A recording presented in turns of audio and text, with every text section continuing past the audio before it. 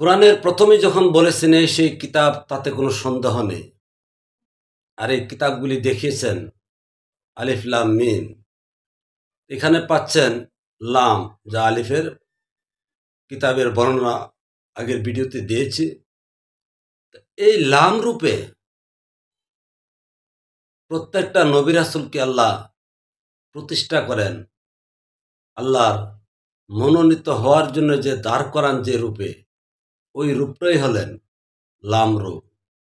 আর এই লাম রূপে যেমন নবী রাসূলগণ আল্লাহর প্রিয় প্রতিষ্ঠিত হন, তেমনি যারা মুমিন মুত্তাকি তারাও সেই লাম কিতাব পাঠ করতে হবে এবং লাম কিতাবের পাঠের মাধ্যমে আল্লাহর মনোনীত হওয়ার পথে এগোতে হবে। এক পর্যায়ে যদি আপনি আল্লাহরকে রাজি খুশি করতে পারেন, তাহলে আপনি এই লাম রূপে গিয়ে করতে হবে।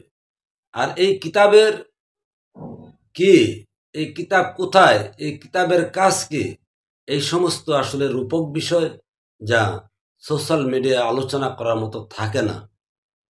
যদি থাকতেন তাহলে সকলগুলি মহাগ্রন্থের মধ্যে এই রূপকগুলি থাকতেন না।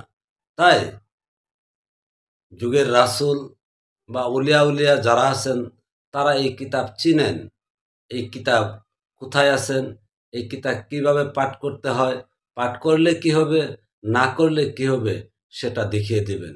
আশা করি আপনি আপনার মুর্শিদের কাছে গিয়ে এই কিতাব চিনে পাঠ করবেন।